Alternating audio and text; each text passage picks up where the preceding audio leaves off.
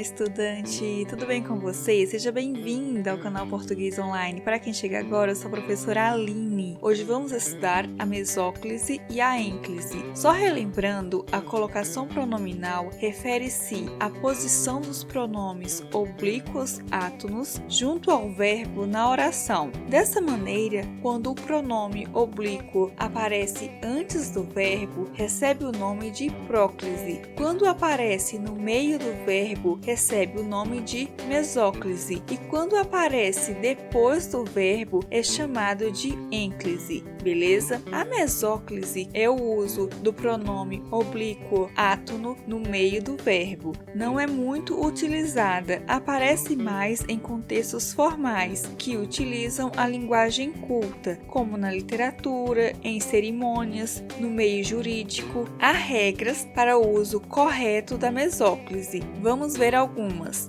Então, a mesóclise pode ser usada somente com verbos no futuro do presente e verbos no futuro do pretérito. E isso se antes desses verbos não tiver nenhuma palavra atrativa. No caso de haver palavra atrativa, o pronome oblíquo não pode ser colocado no meio do verbo. Se você não viu o vídeo sobre próclise, eu recomendo que você veja para você compreender melhor as palavras atrativas, ok? Vou deixar o link na descrição, ok? Então, a mesóclise pode ser usada somente com verbos no futuro do presente e verbos no futuro do pretérito. Veja alguns exemplos. Exemplo 1. Realizar-se-á uma festa para celebrar o Dia das Mães. E exemplo 2. Ver-nos-íamos no fim de semana se eu não fosse trabalhar. Veja que tanto no exemplo 1 como no exemplo 2, o pronome oblíquo aparece no meio do verbo, separado pelos hífens. Perceba que o verbo realizar está no futuro do presente e o verbo ver, no exemplo 2, está no futuro do pretérito. Perceba que antes desses verbos não tem nenhuma palavra atrativa, por isso foi possível a construção da frase com mesóclise, beleza? A ênclise é mais um tipo de colocação pronominal. Na ênclise, o pronome oblíquo é colocado depois do verbo. Vamos ver alguns casos. Usa-se a ênclise com verbos no imperativo afirmativo. Exemplo: sentem-se todos. O verbo sentar está no imperativo afirmativo. Está expressando uma ordem. O pronome oblíquo se foi colocado depois do verbo e com o hífen, o que caracteriza a ênclise. A ênclise é usada com verbos no gerúndio não precedido da preposição em ou palavra negativa.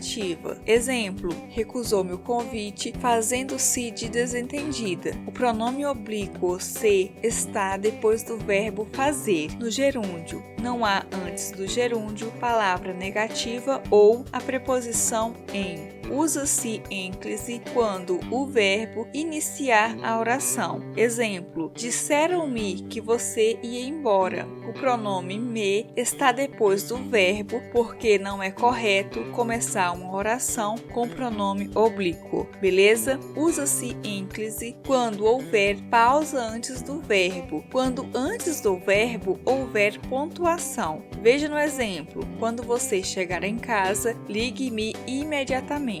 Perceba que antes do verbo ligar tem uma pausa, marcada pela vírgula. Desse modo, não posso colocar o pronome oblíquo depois da vírgula. O correto é colocar depois do verbo, como aparece no exemplo, beleza? Agora, atenção! Os pronomes oblíquos átonos, o, a, os e as, com verbos terminados em R, S e Z, se transformam em lo, lá, los e las. Exemplo: quero encontrá-lo. O verbo encontrar perdeu a terminação R e o pronome oblíquo o se transformou em lo. Porém, os pronomes oblíquos o, a, os e as não se modificam com verbos terminados em vogal ou ditongo oral. Exemplo 1. Deixe-o em paz. Então, o verbo deixar termina em vogal. Por isso, o pronome o não foi modificado. Exemplo 2. Fundou-a sobre os mares. Veja que o verbo fundar andar termina em ditongo oral, sendo assim não muda o pronome oblíquo a. Então por hoje é isso, essas são só algumas das regras de mesóclise e de ênclise. Espero que você tenha compreendido. Se você ainda não é inscrito no canal, já se inscreve e ative o sininho para você não perder nenhum vídeo. Deixe o seu like se você gostou da aula, deixe seu comentário, dúvidas e não se esqueça de compartilhar esta aula com seus colegas para ajudá-los também. E até mais, tchau!